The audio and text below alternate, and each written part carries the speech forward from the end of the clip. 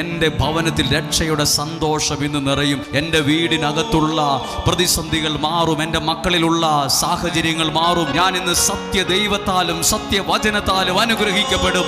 ഞാൻ ഇന്ന് സത്യദൈവത്താലും സത്യവചനത്താലും അനുഗ്രഹിക്കപ്പെടും.